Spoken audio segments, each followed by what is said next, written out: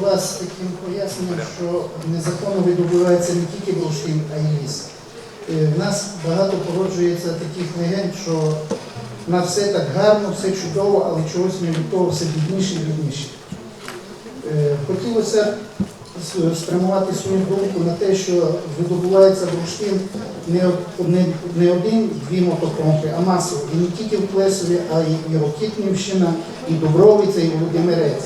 Куди ці кошти діваються, ми тільки можемо догадуватися, і в чиїх карманах вони осідають.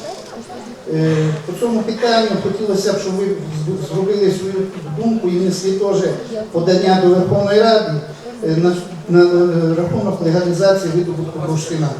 Це наші кошти, це наші дороги, це наші будови, це все наше. І нам не треба забувати, що ми живемо тут в Україні. І ці гроші мають працювати на нас. А так, виходить, вони працюють тільки на декількох людей, які мають тільки одне в думках збагачення свого кармана. Сьогодні долучились до нашої акції представники майже всіх поліських районів міста Рівне. Була чисельна акція під обласним управлінням поліції. Так як нас минулу п'ятницю не почули, сьогодні наші вимоги, які ми оголошували в ту п'ятницю, були озвучені знову. Я зачитаю коротко наші депутатські звернення, щоб ви почули, про що йде річ. Незаконний видобуток бурштину на території Рівненської області набув стихійного характеру. Відповідні місцеві інститути влади разом з районними контролюючими органами незадовільно виконують надані їм чинним законодавством України повноваження. Зокрема, визначені Законом України про Національну поліцію та Лісовим кодексом України. А також вважаємо, що подекуди бездіють і саботують роботи по боротьбі з незаконним видобутком бурштину.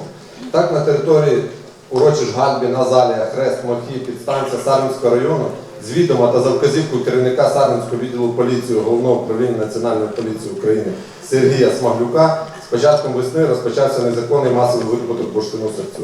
В результаті чого наносяться мільйонні збитки економіці країни та безповоротно знищується навколишнє середовище та інфраструктура регіону. Проти активістів та осіб, які протистоять незаконному видобутку бурштину серцю на території регіону, фабрикуються кримінальні справи, здійснюються залякування. Раніше вказані урочища в своїй більшості знаходяться на території Плесівського лісового господарства, керівник якого саботує чинне законодавство в частині забезпечення організації охорони і захисту лісів. З огляду на зазначене, відповідно до статті 19 Закону України про статус депутатів місцевих рад, вимагаємо звільнити з посади начальника Сарненського відділу поліції Головного управління Національної поліції України в Рівненській області Смаглюка Сергія Васильовича та директора державного підприємства Плесівське лісове господарство Ниськевича Михайла Максимовича. Також є проєкт рішення про звільнення голови Сарненської районної державної адміністрації, який виявився простим брехуном і обіцяв громаді підтримати лист на звільнення Ниськевича, і цього в понеділок не зробив. Ще один брехун, який також має позбутися своєї посади. Також просимо відповідно до вимог статті 214 КПК України внести відповідні відомості до єдиного реєстру досудових розслідувань та розпочати розслідування по фактам зазначеним зверненням. В чому вся суть? Активісти сказали, що якщо до наступної вже п'ятниці їх не буде почуто, спочатку Сарни, Рівне, якщо до наступної п'ятниці їх не буде почуто, вони починають до наступної п'ятниці безстрокову акцію протесту як на Рівненщині, так і на Сарненщині.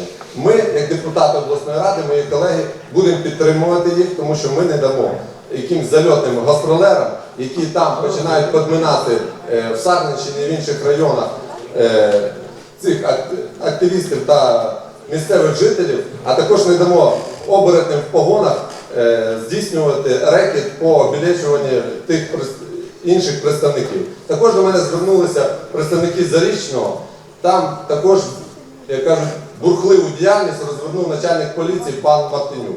То я до нього також хочемо підійти до конкретно і туди поїхати і розібратися в цій ситуації. Тобто ми зараз будемо визначатися, де Сарни це тільки початок, а будемо по всім поліським районам працювати. Але своїх хлопців ми образу не дамо. Дякую.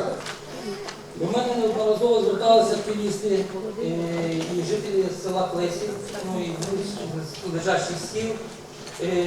Ми неодноразово теж звертались і до вас приїжджали туди, в обласну раду, щоб прописати закон про легалізацію видобутку бурштина, це всі прекрасно знають.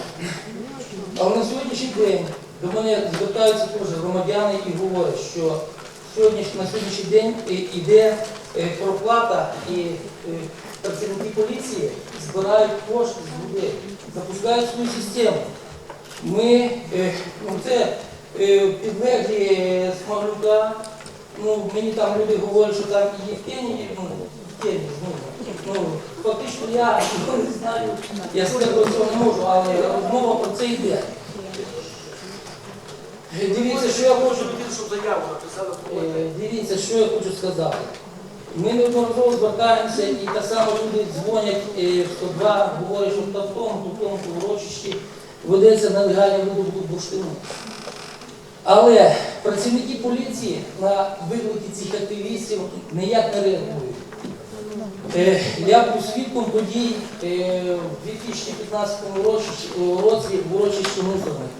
Мене теж зробили фігурантом кримінальної справи, тому що я підбурював населення проти працівників поліції. Я хотів би на цих людей, які теж неодноразово виступають, на них теж заведені всі кримінальні справи.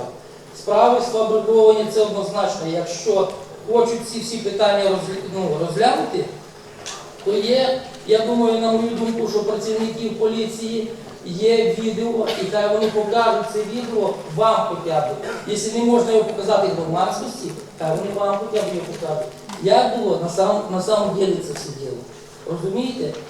Ми будемо відстоювати свої права і будемо добуватися за легалізацію видобутку бурштину.